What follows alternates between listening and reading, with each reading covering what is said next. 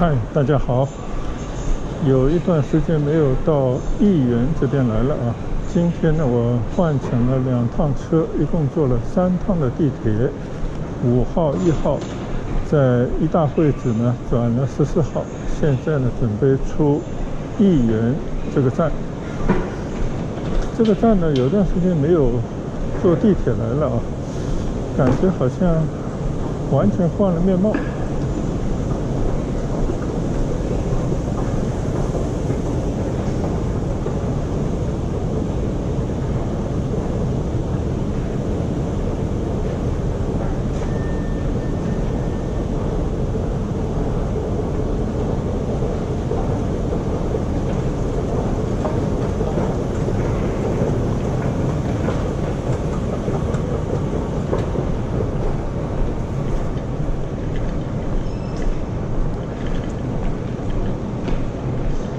义园这个站呢，它有2条地铁啊，14号和10号地铁交汇的。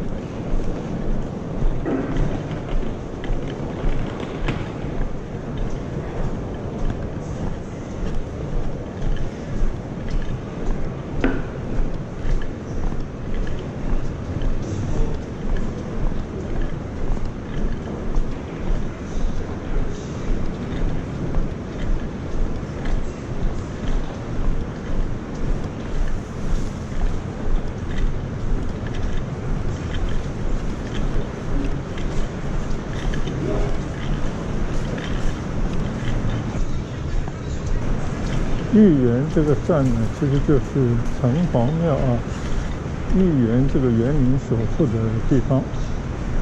原本呢是一个比较逼仄的老城乡小地方啊，但没想到这个下面的地铁空间非常的大啊，地下都挖通了。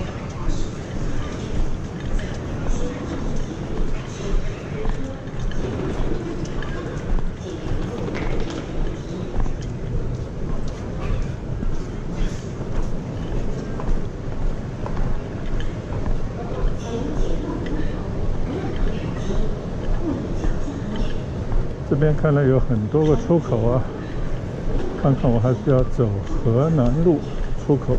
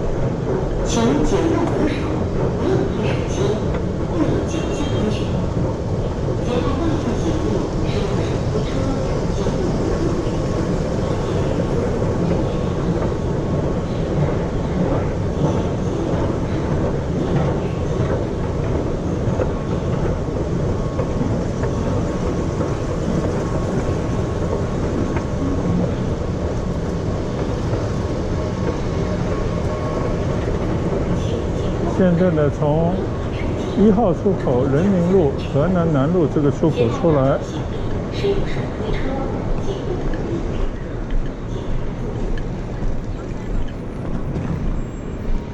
正对的呢就是人民路啊。以前上海老城的城墙拆掉以后呢，变成了这条环城的马路。前方呢就是外滩方向啊，陆家嘴的高楼、东方明珠的电视塔。前方呢是进城隍庙义园的旅游区的一个正门丽水路。但是呢，我今天啊准备在这边找一个共享单车，顺着这条河南南路呢骑到城隍庙里面去。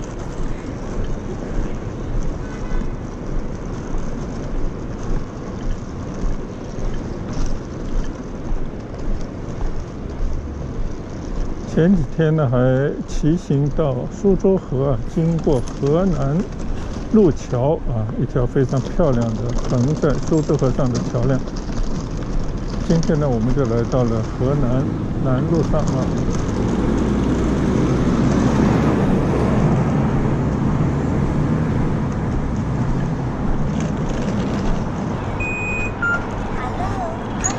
老规矩啊，首先呢还是租用一辆共享单车。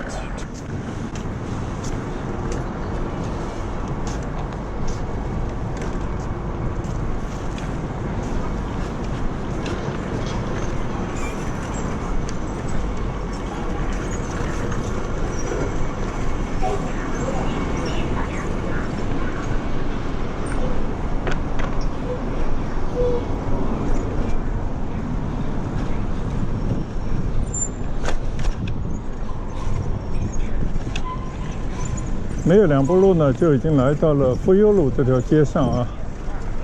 这是进入城隍庙的一条必经之路之一啊。这些名字啊，对外地来的人可能有点陌生，但是对我这位出生在这边的人，尤其是长在城隍庙的人来讲啊，都是熟门熟路。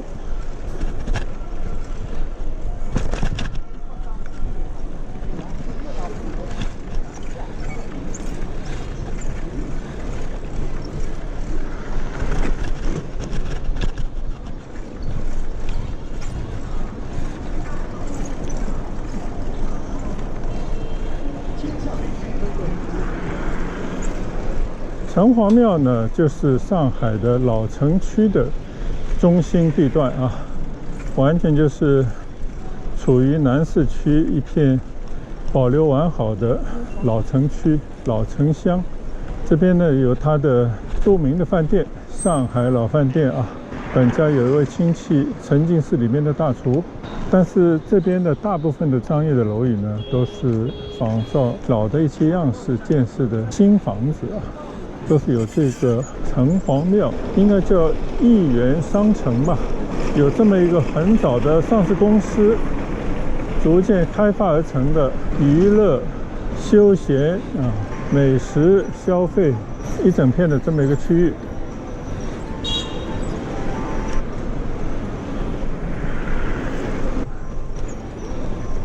一拐弯呢，我从旧教场路到了城乡阁路啊。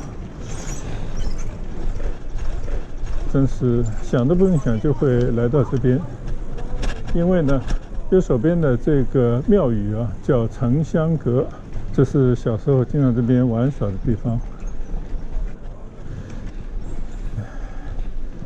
这边的房子呢，也将要被拆除。对面的这个楼呢，就是我祖母的老宅啊，现在当然已经是早就物是人非了啊。边上那个小马路还生了一个牌子，叫王一马路，特别曲曲弯弯的一条小马路，是我们以前小孩子在这边到处做游戏啊、窜来窜去的地方。因为这边呢，曾经啊也来过好多次，我记得有一回呢也拍过视频啊。我今天呢只是穿街而过而已。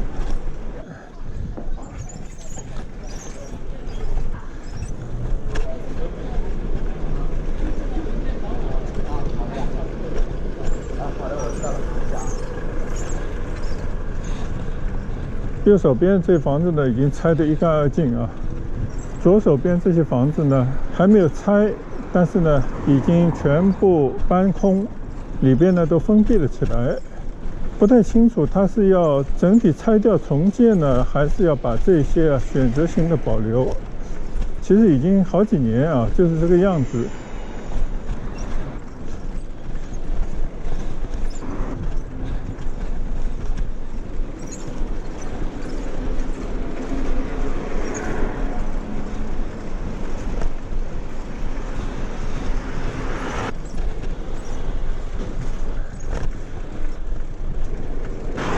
所有这些老城区呢，估计都逃脱不了被拆迁或者被改建的这样的命运。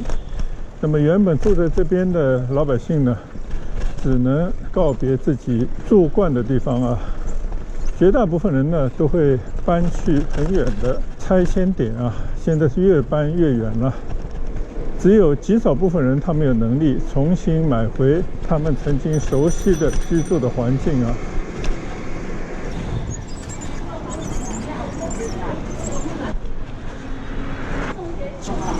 我今天呢，只是骑着单车在这边呢经过一下啊，来看一看城隍庙边上的一些老街道，以前曾经生活过的场景啊。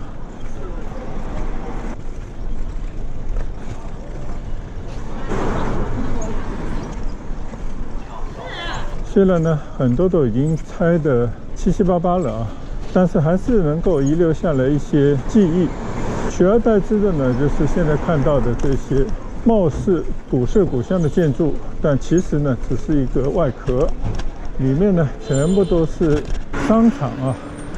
所以可以看到这栋楼亿元百货边上就有麦当劳的牌子。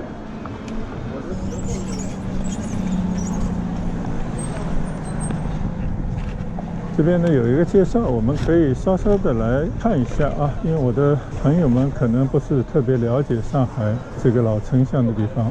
这里被称为上海老街，位于上海老城乡的方帮中路啊，东起人民路，西至河南南路，就是我刚刚从河南南路那边进来的地方。又分为东段和西段，著名的亿元商城毗邻。是一座充满民俗风情的仿古商业街市啊，他说的也很对，就是仿古的商业街市。所以虽然写的上海老街，实际上是一个仿古的街道，保留的可能就是一些当年的民俗文化啊，还有就是它的一些仿古的建筑风貌。这条街呢，基本上就是我们以前小时候啊，城隍庙4、5岁、5、6岁就可以走到的一个边界的地方，叫方帮中路啊，也是这里老城乡的一条主要的街道，很长的。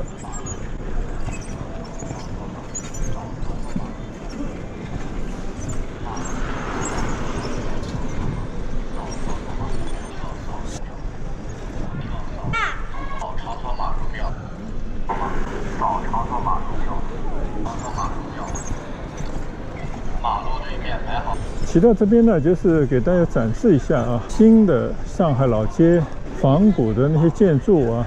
但是确实呢，某些这些建筑建的还是古色古香，还是很漂亮啊。大家可以看到右侧前方还在不断的建设当中，前方的这个很漂亮的一个门洞呢，就是城隍庙啊。大家可以看看这里呢，进到里面就是一个庙。其实这个不是庙，它只是一个类似道观的地方啊。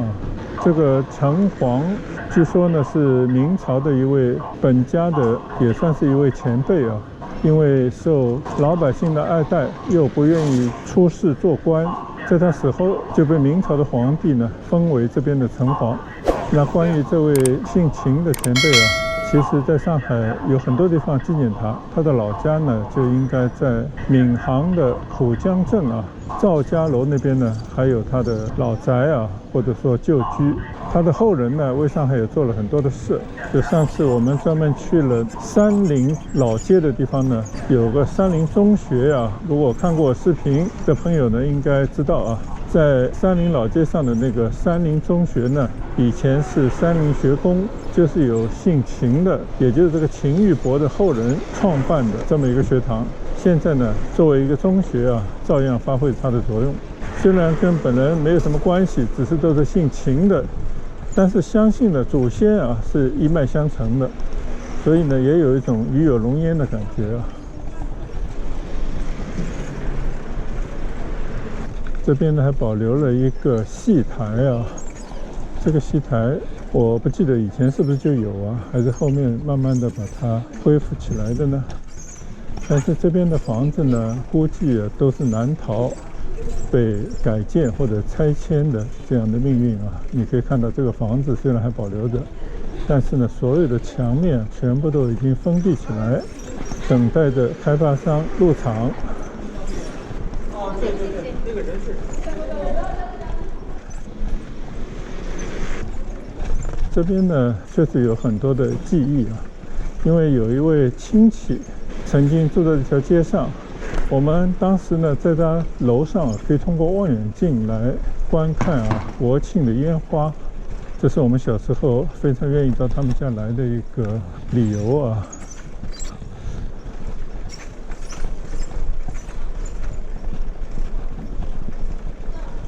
其实很多房子啊，我个人觉得值得保留的啊。但是如果要保留这些房子呢，改建的这个成本可能比新造还要高，而且以前那些老旧的生活设施啊、设备啊，全部都要重新来更换啊。所以从经济角度来讲的话呢，真的恐怕还是一拆了之啊，更为合理。这里呢已经到了方邦中路的头了啊，上海老街。这个牌坊倒是很有意思啊，有点西式的牌坊的感觉。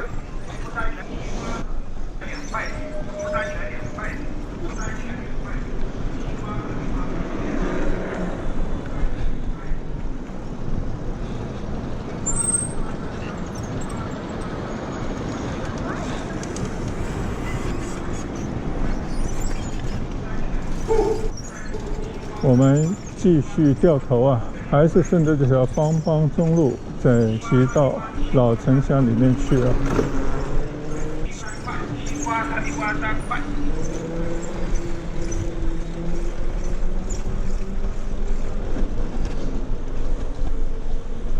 虽然呢，这种地方的拆迁啊异常的艰难，因为各方的利益啊很难摆平，而且以前的结构呢，真的是不符合现在城区建设的需要啊。但是呢，我看上海政府啊，还是一直在努力的推进这些老城区的改造啊。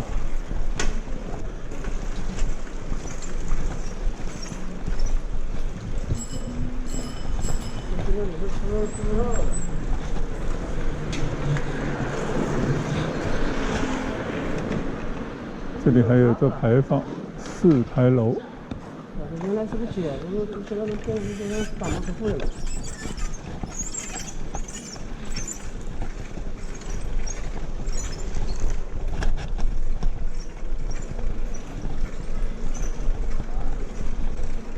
很多游客到这边来呢，就是来看看稀奇啊，特别是第一次到上海来的，就想看看上海以前的模样，那么就到这边来就没有错了。但对于我来讲的话呢，是有一份记忆在这边，也是怀着一种感恩的心情啊，就是想到这边以前照顾我的长辈啊，曾经呢在这边经历过的人和事，现在想起来的话呢，还是有一些伤感，因为大部分的这些长辈啊都已经作古了。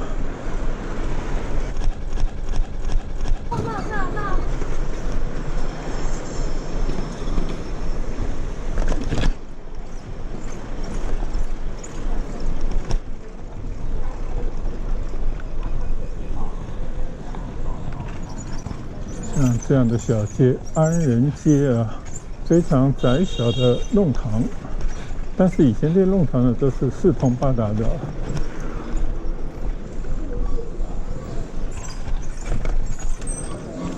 这边呢已经到了豫园了，另外一个门了。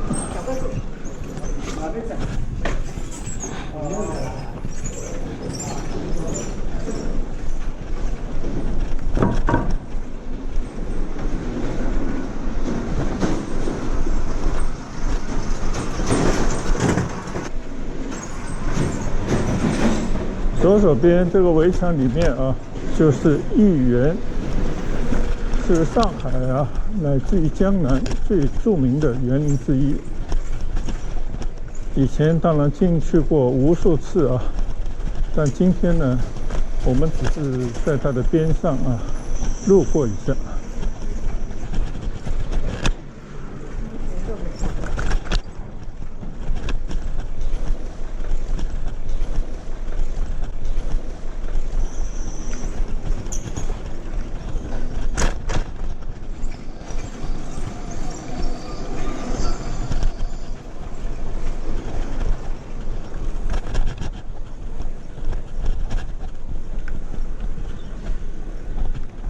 在这边呢，专门建了一个公园啊，叫古城公园。这整个一大片一到外滩呢，都是古城公园的地方，但是呢，都是只能步行啊。以前也进去走过，所以我们今天也就在它边上啊，擦肩而过。这里呢，现在就是豫园的一个正门，其实一园的正门呢，按理说应该在里面的九曲桥边上啊，但是呢，这边相对比较宽阔一些，所以这边现在就变成了一个正门。改天呢，人少的时候啊，可以跟我太太到里面再去闲逛一下。那今天呢，我一个人只是骑个车，就在这边经过一下。因为我今天的目的地呢，并非是这边城隍庙，而是呢，我在这边转一圈以后啊，要顺着四川中路，一直呢打算骑行到四川北路去。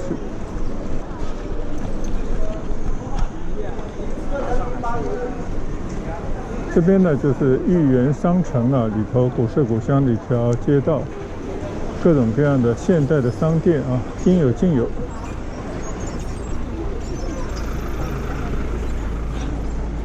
又回到了老饭店的门口，现在呢，我就从福佑路上啊右转。这条马路呢，就是丽水路啊。以前在没有这些商厦的时候呢，这个地方是一片广场。我小时候呢，骑自行车啊，应该10岁不到吧，就学会了啊，借着大人的很大的单车。就在这边呢，左冲右突啊，也不知道怎么搞的就学会了。所以呢，这个地方是我小时候啊学会骑自行车的地方。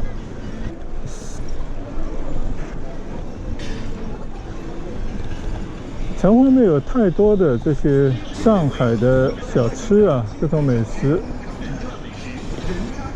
丽水路门前呢就有这个古意新徽的一个大牌坊啊，这个算是一个正门。但是呢，我今天啊，就是要穿过这个人民路，向对面的一条啊窄窄的街道，应该就是四川路了，骑行。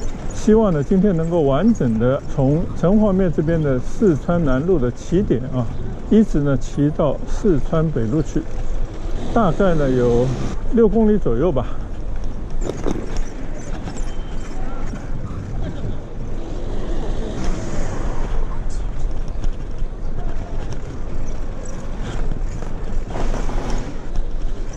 显然这边呢还没有经过改造的一条原汁原味的小街道啊，但是过了苏州河以后呢，就称之为四川北路，就是与淮海路齐名的当年的一条商业大道啊。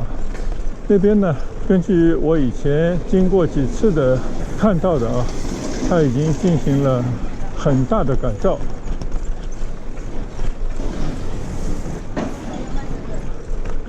现在呢，经过金陵东路，上海一条典型的广东的街道啊，就跟那个上下九很像的，它有骑楼的一条街道。但是呢，现在也处于一个改造当中，等我们以后有机会呢，再去寻访。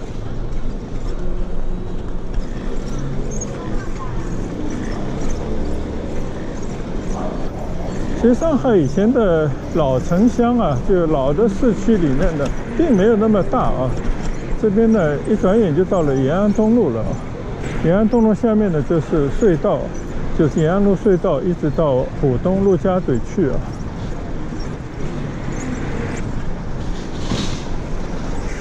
现在呢，已经到了四川中路啊，继续向北骑行。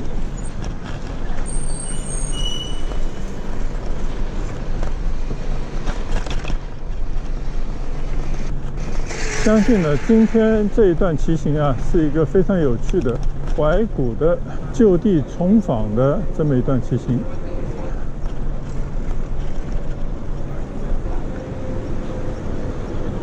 这边有个华道夫酒店啊。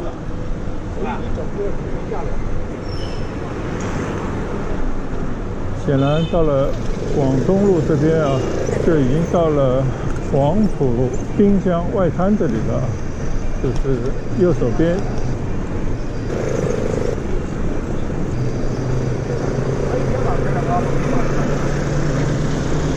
以前广东路呢叫五马路啊，前方这一条叫福州路，福州路呢就是以前的4马路。南京东路呢，以前因为有跑马场，所以是一条最大的主干道，叫大马路，就是这么排下来的啊。排到这边呢，福州路就成了老四马路。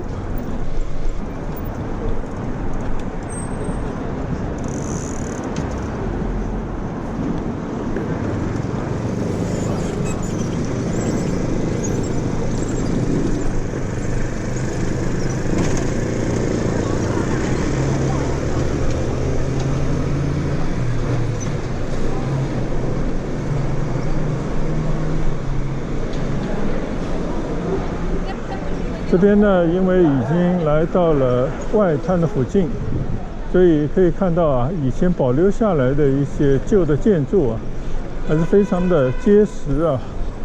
这些建筑的话呢，现在都维护的还挺不错，最起码它的外观呢修旧如旧啊。而且看来呢，当年啊还是花了很大的心思啊，建了这片街区。这些房子到现在还在完好的使用过程当中。现在呢，经过三马路汉口路啊，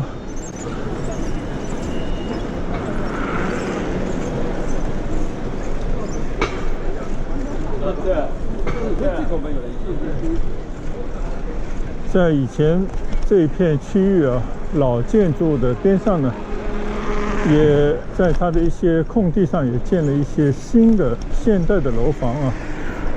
这看来呢，还比较搭啊。这种两种风格，新旧风格的建筑啊，还是蛮搭的，这样的一种感觉啊。过了九江路啊，二马路呢就是大马路了啊，这里就是南京东路啊。现在呢，完整的步行街。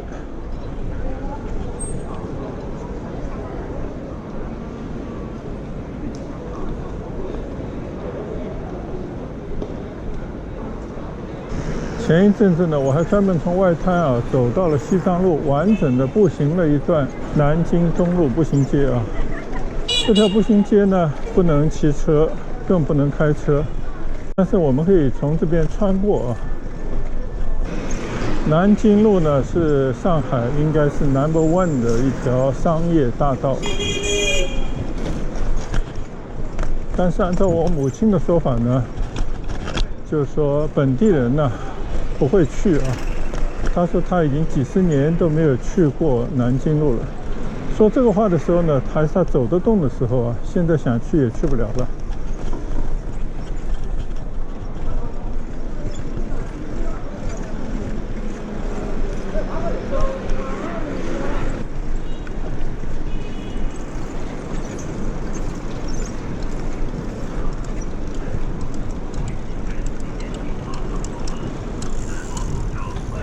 越是这样的老城区啊，传统的老街区呢，要改造起来，要兼顾到的事情就越多，就有点像瓷器店里面做道场啊，非常的不容易。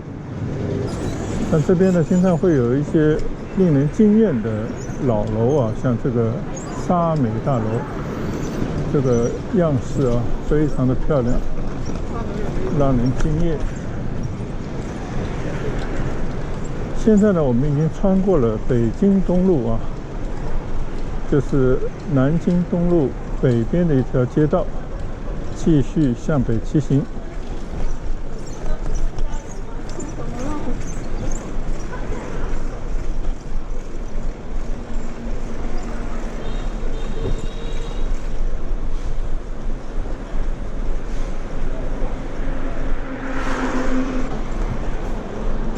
这条马路呢，也可能以前开车曾经经过啊，但是像这样的慢慢的骑行之中打量啊，两边的这个街道的样貌呢，其实对我而言也是破天荒的第一回。我们又看到了香港路啊，那天我们就看到了香港路。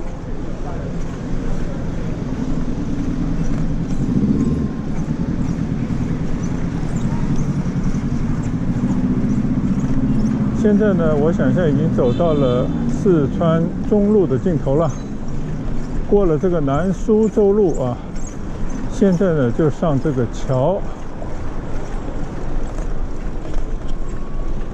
四川路桥啊，这边就是前些天我到这边来骑行啊，苏州河畔流连了一阵的地方。但是今天呢，我们就不做停留了啊。如果对苏州河畔、黄浦江畔有兴趣的朋友呢，可以看我往期的视频啊。对面呢就是上海邮政博物馆，以前的邮政总局。那天呢，我就是从北苏州路那边骑过来的时候呢，看到这条苏州北路呢，就曾经说我一定要到这边来骑行一段。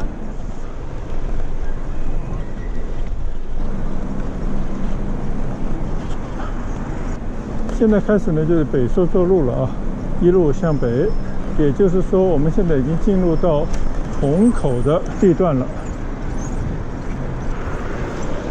大家可以看看啊，以前默默无闻的虹口区苏州河北岸的地方呢，现在已经在以很快的速度啊改变的面貌。据说呢，这边将来会是成为上海最时尚的商业街区啊，大家拭目以待。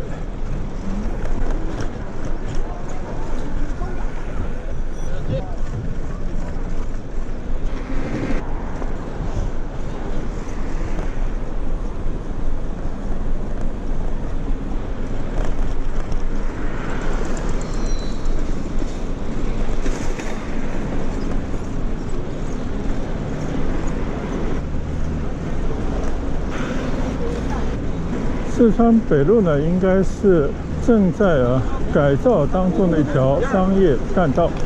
虽然由于先天的不足啊，这条街道呢并没有那么的宽敞。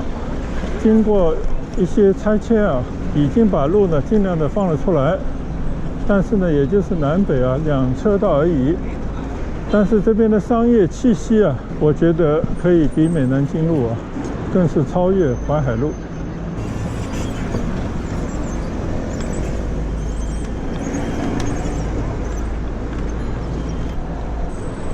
马路两边呢，从那些餐馆的名字就可以看到啊，东西南北中，全国各地的各种美食啊，在这边应有尽有。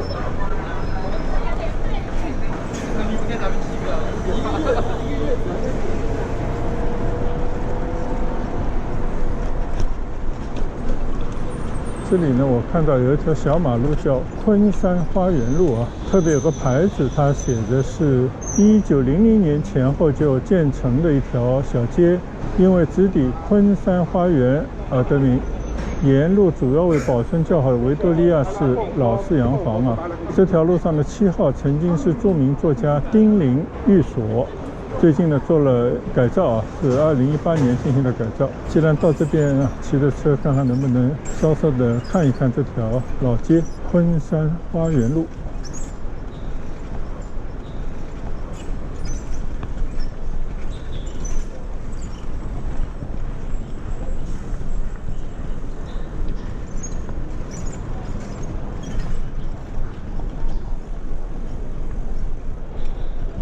像这样的老街啊，经过了这样的改造，变得很宜居啊，非常不错。增加了一些凉亭。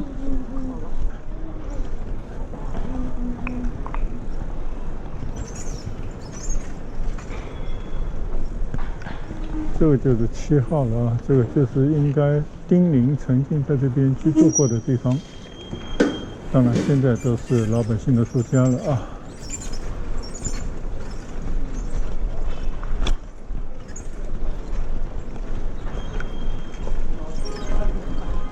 而且这边呢还有一个昆山公园啊，非常漂亮的传统的街区。那我们也就不吝啬时间啊，在它这个街区里面呢，也去骑行一段吧。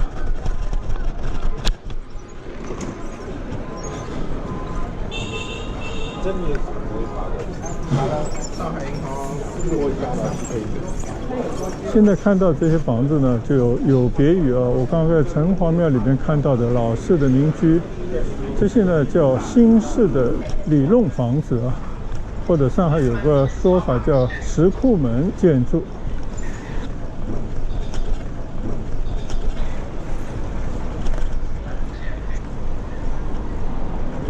前方呢到了一条大马路，海宁路上啊，这条拓宽的大马路啊，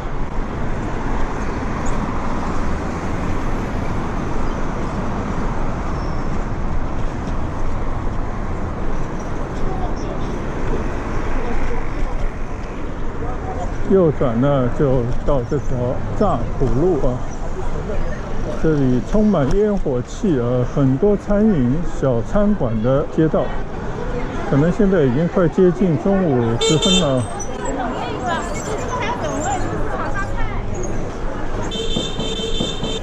这里都是各个地方的一些小吃简餐小吃吧，吸引着众多的白领们到这边来用餐。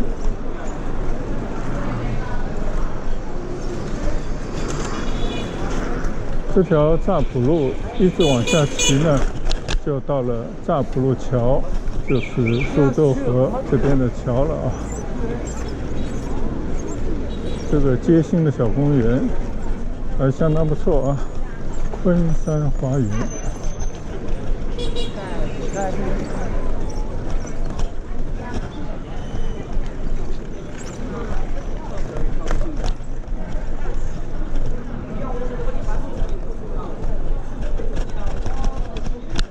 虹口区图书馆在这里，虽然呢是一座不起眼的建筑啊，那其实就是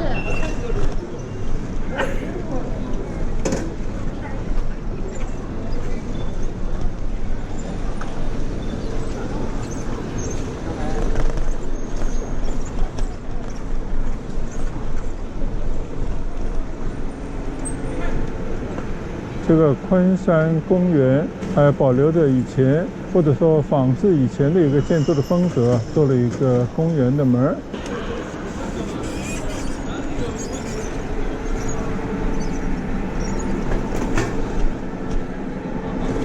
这边也有一个简介啊，1895年光绪年间就建的一个公园，已经100多年的一个公园了。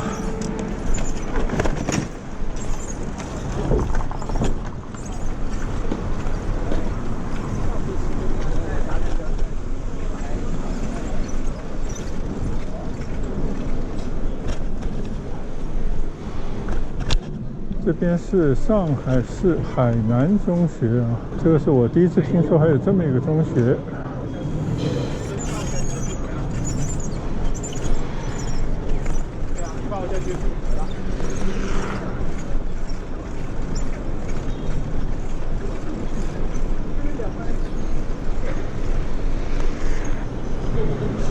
虹口区呢，不用说啊，它就是离黄浦江很近嘛。这边受到了很多的商业的街区的影响啊，而且呢，当年这边也是一个开放的区域啊，虽然呢不是租界，但是呢也是很多外国人居住啊这样的街道，所以呢这个地方肯定是商业相对比较发达啊这样的一条街道，这么一个区域啊。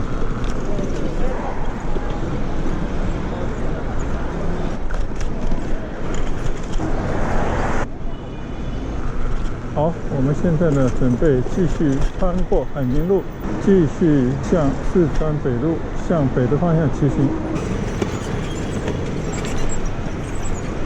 在这条海宁路啊大马路等了一个很长的红灯，现在呢我们穿过这条海宁路啊，继续向北骑行。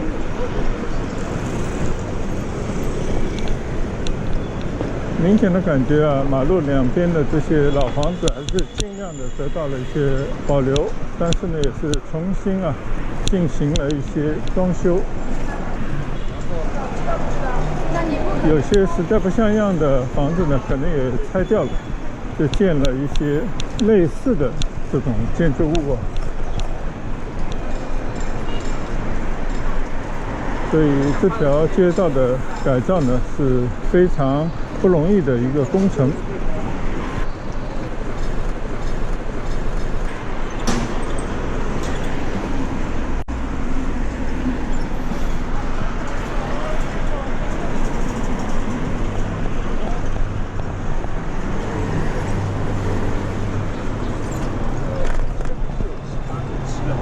这里呢已经到了武进路啊，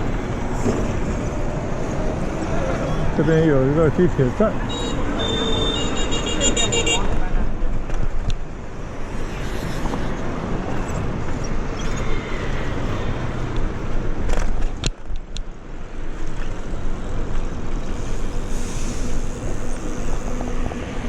完全的是旧貌换了新颜啊！这片的应该都拆得一干二净，都是重新建起来的街区了。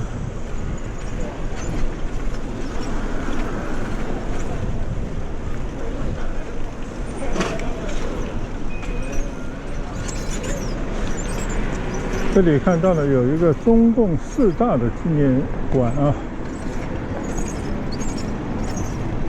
我们呢顺着衡水路啊，在这片新的街区呢稍稍的骑行一段，感受一下啊这边的新的气象。对面呢就成了一片公园。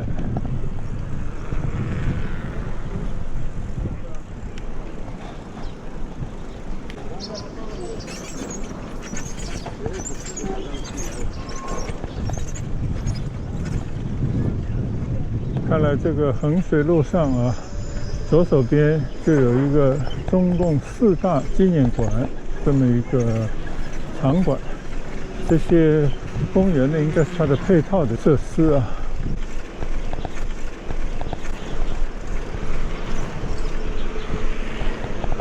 还蛮大的一片公园呢，但是我看门口啊都要刷码才可以进去啊，所以我就不一定到里面去逛了。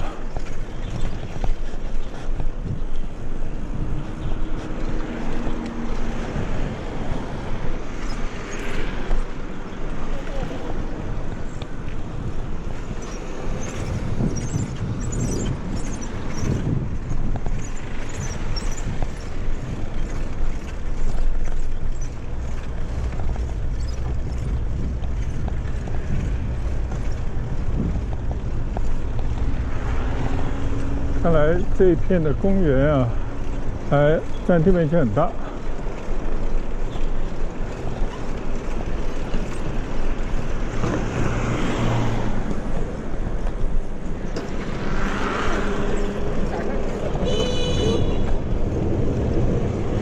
前方呢，应该是一条3号还是4号线的地铁。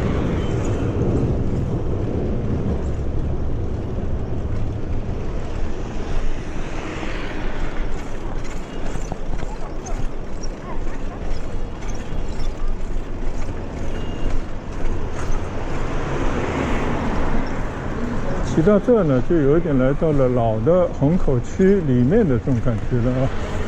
看到前面还保留着一些以前的建筑。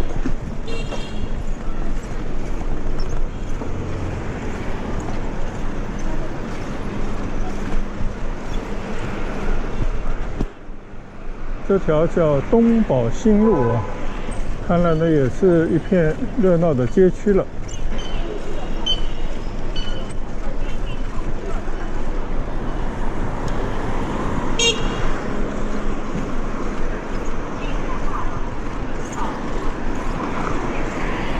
非常有意思啊，好像转了一个弧形，又转回到了四川北路上。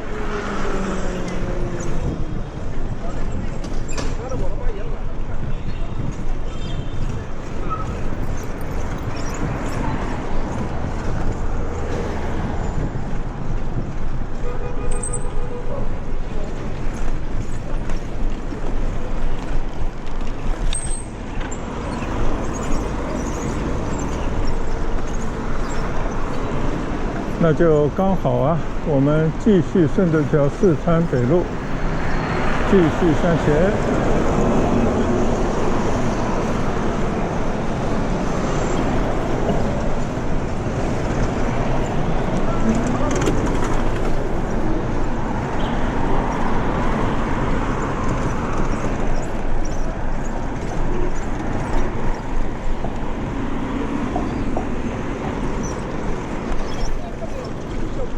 这边呢已经经过海伦西路了。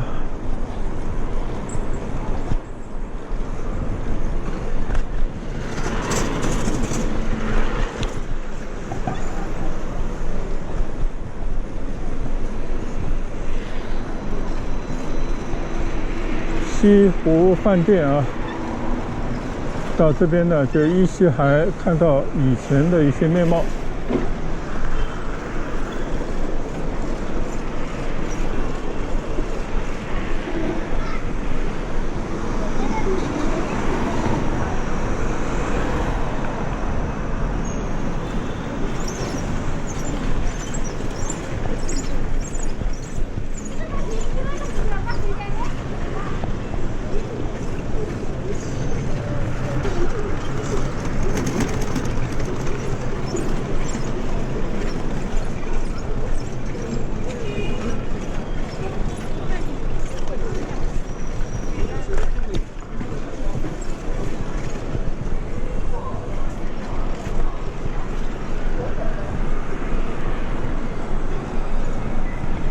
左手边呢，这是多伦路啊，历史文化名人街区了。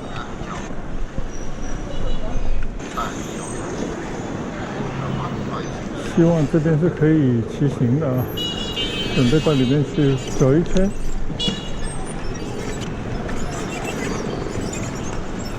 多伦路文化名人街，其实是一个小的步行的街道啊。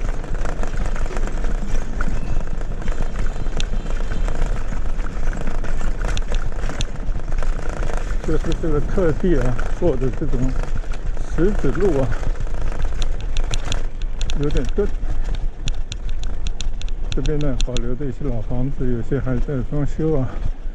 这边呢有鲁迅先生的一个雕塑，可能跟当年左联的一些作家朋友们啊，在这边攀谈这样的一个场景啊。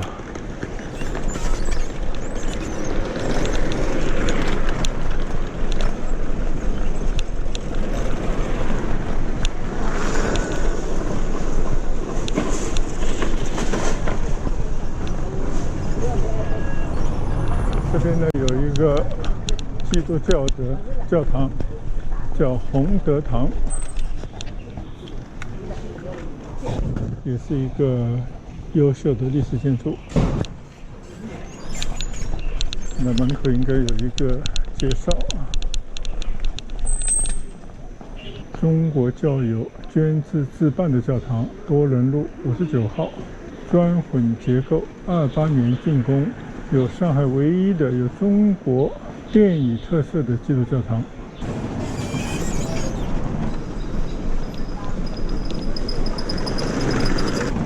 在这条路上呢，你也可以看到很多的老房子啊，很多呢都是一些知名人物曾经在这边居住过的地方。现在呢，其实都是变成了一些商业用途的各种的商店啊，或者餐馆。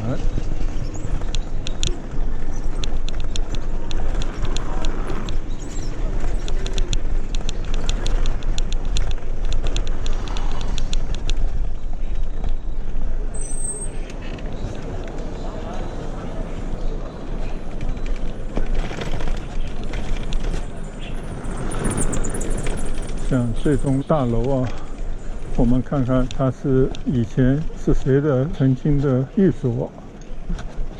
这是一个元英商社啊，一家洋行，1920年代建成的一栋西式的住宅，带有巴洛克特征的独立住宅。在这样一条多伦路上啊，有这么样的一个住宅。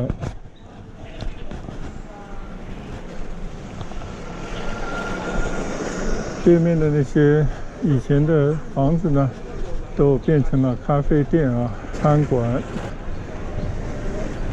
从这边呢回望一下，可以看到啊，虽然这个路上停了很多的车，有些凌乱啊，有些房子呢也在重新进行装修改建，但是呢，从这些房子的建筑样貌啊，加上这条路上成荫的绿树，甚至还有很多房子上面呢还有爬满着藤蔓啊，绿植，所以看上去非常有味道。这边呢也是上海一条保护的街道。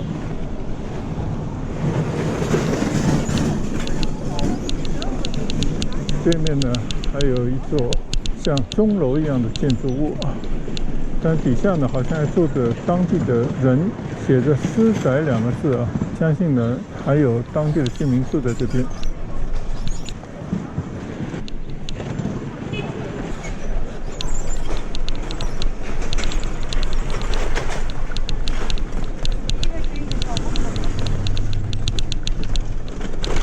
这里的每一栋楼啊都有明堂啊，但是呢我就一笔带过啊，只是在这边穿街而过。如果各位朋友有兴趣呢，不妨就搜索一下多伦路啊历史文化街道，大概网上呢就有非常准确的一些资料可以查询。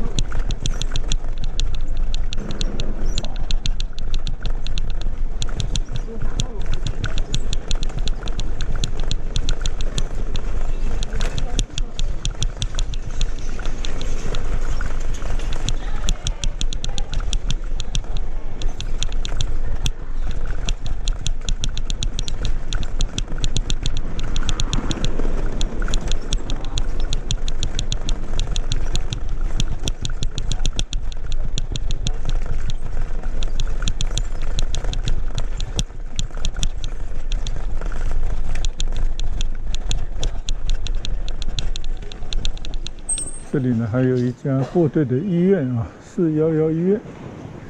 但是呢，这个楼就是以前的一个花园大宅啊，非常漂亮的一栋楼。对面的房子呢，成了纺织老干部活动室。就这个建筑呢，应该以前也是有来历的啊。这边呢有很多的名人。不仅是鲁迅啊，以前的左翼作家们经常在这边聚集啊，讨论。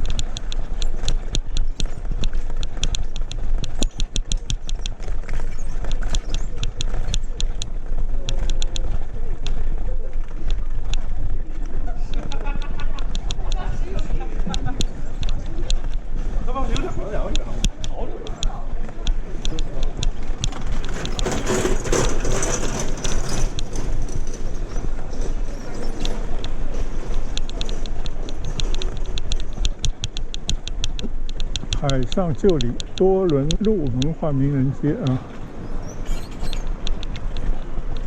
这里的很多房子呢，一些外立面还在修缮过程当中。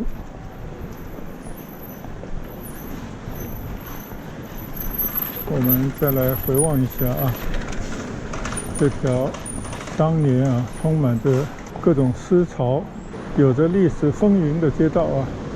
不知道大家还能不能听到这些历史的回声。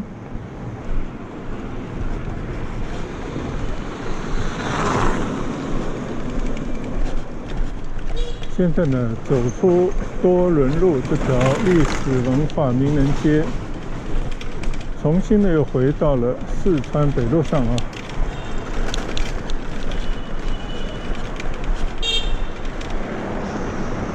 看了一下相机啊，还有点电。我们继续顺着四川北路啊，这回呢是向西走一段啊。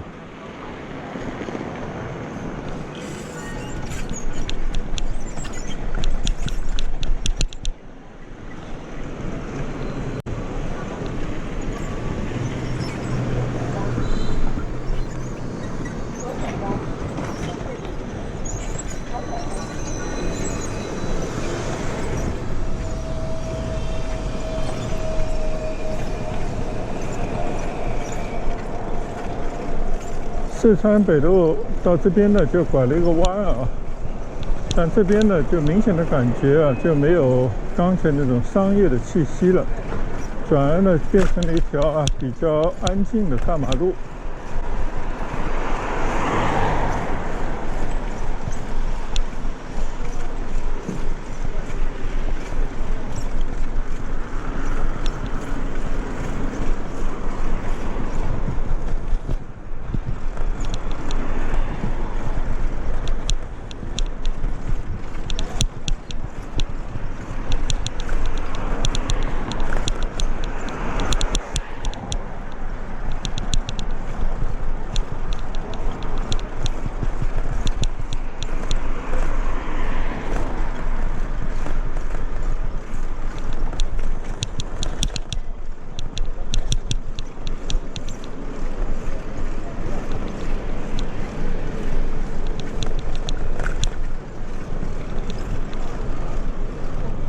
马路对面呢就是鲁迅公园啊，以前呢应该就是叫虹口公园。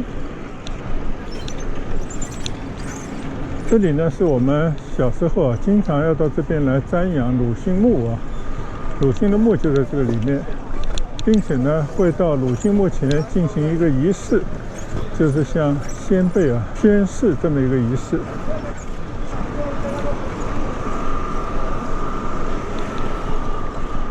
这边呢就明显的感觉到啊，就是虹口区的这种很有特色的城区的面貌啊。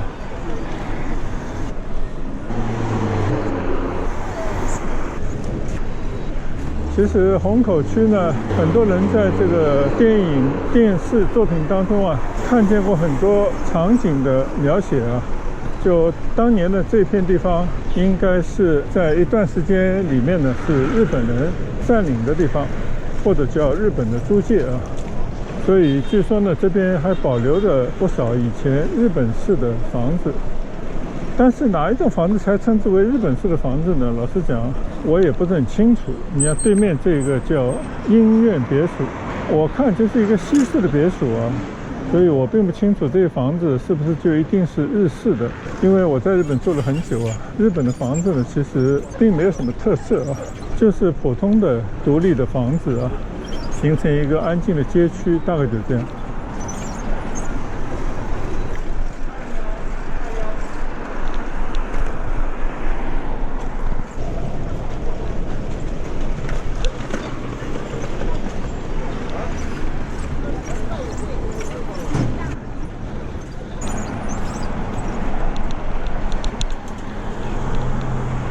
整个四川北路呢，到这边就应该是结束了啊。对面的就是花园路了。那我们呢就结束我们在四川路的整段的骑行，但是呢稍微再留一些尾巴啊，我们就在它的附近呢再去闲逛一下，来结束我们这个整个四川北路的骑行。这边呢就非常有名的虹口足球场。喜欢足球的人呢，肯定知道啊，虹口足球场。那这边呢，其实也是变成了一个商圈，因为呢，地铁啊就在门口了。我就围着这个体育场呢转一圈吧。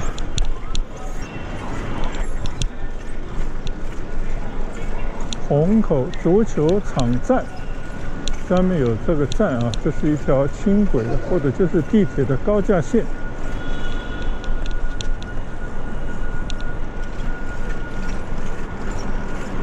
很多年没有来这边了啊，所以这边呢其实完全不认识。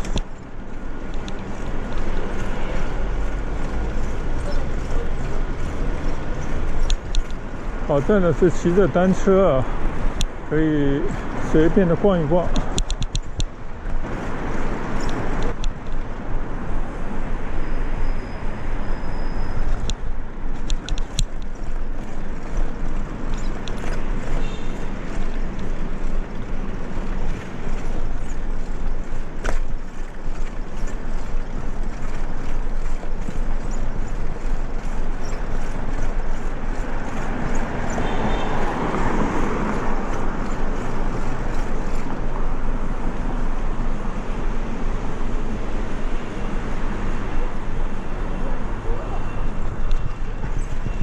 现在呢，我转入到一条小路，叫东体育会支路上。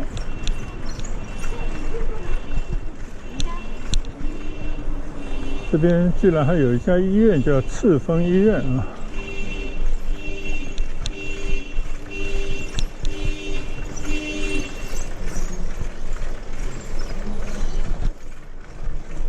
这边呢，应该就是四川北路附近的街道啊，居民区了。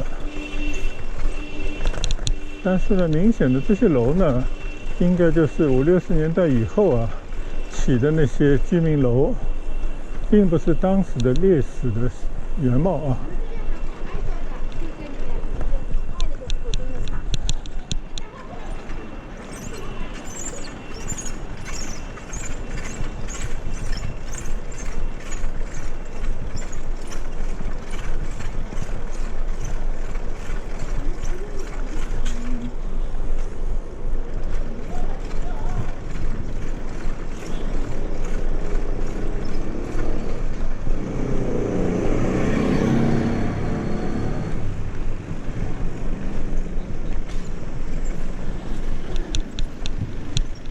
不清楚这些房子啊，是不是当年遗留下来的这种房子啊？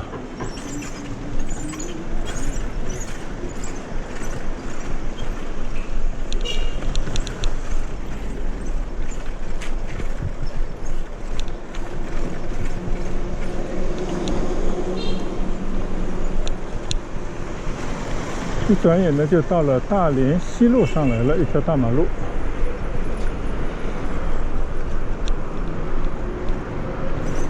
对面呢就是上海的外国语大学啊，非常著名的一个学校，当年也是很多青少年梦寐以求想要进入的学校啊。就在马路对面呢，是鲁迅公园另外一个门。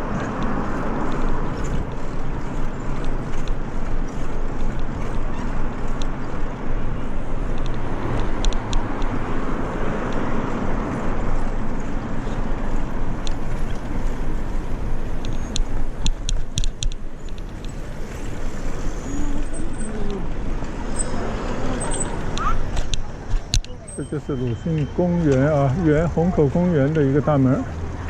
我记得前几天开车还路过这边。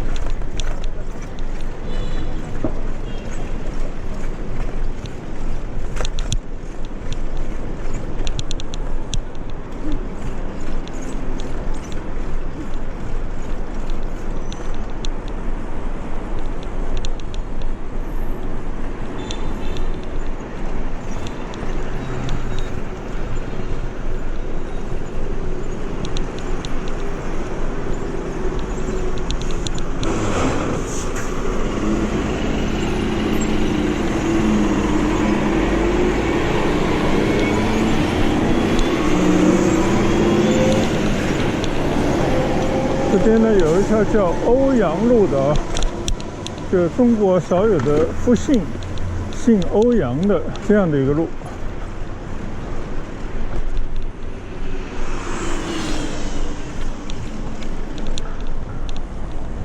右手边呢就是明显的鲁迅公园，把围墙拆掉以后啊，和街边的这些绿化呢就融为一体，让大家呢可以自由的闲逛的地方了。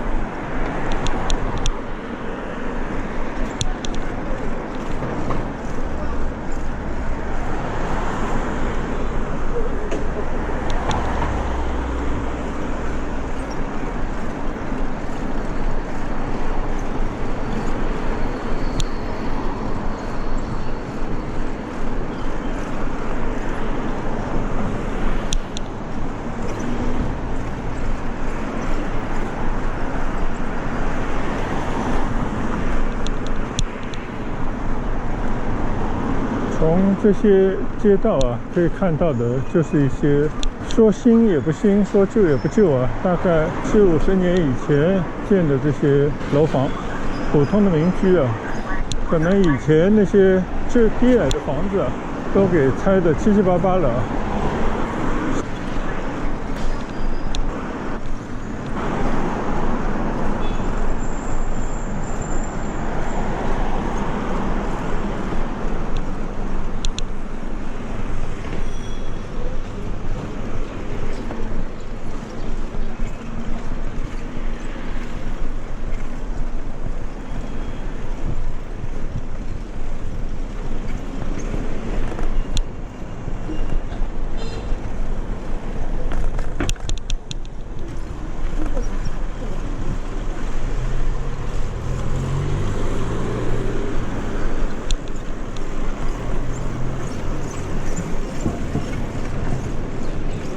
虽然呢都是一些不起眼的马路，但是我觉得这种马路呢更有人情味儿。更符合当地的风貌啊，更能够反映当地老百姓的一种生活的状态。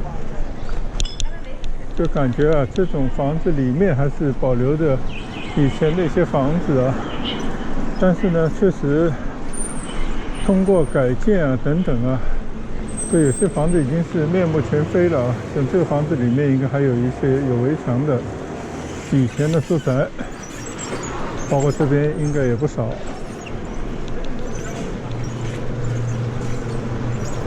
对，看来这条老街啊，好像还保留着当年的一些风貌，所以这边呢也变成了历史的建筑啊。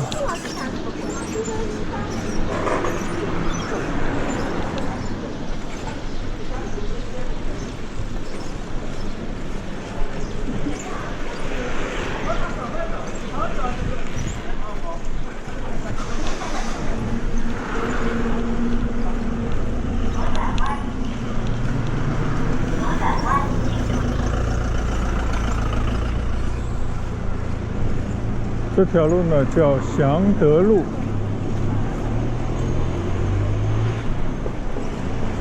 也就是说呢，你一定要进到这些小路里面的某一些街坊啊，它就还保留着以前的一些房子。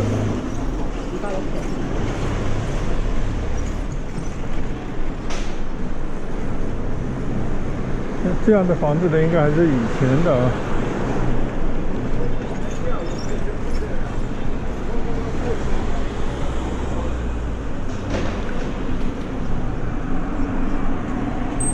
我觉得呢，对面的这种房子呢，有点像以前日式的这种民居啊。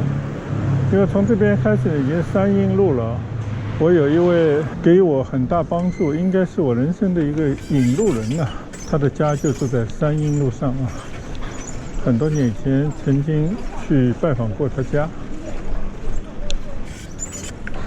我呢就结束我今天从城隍庙义园由南到北啊整条的四川路的骑行。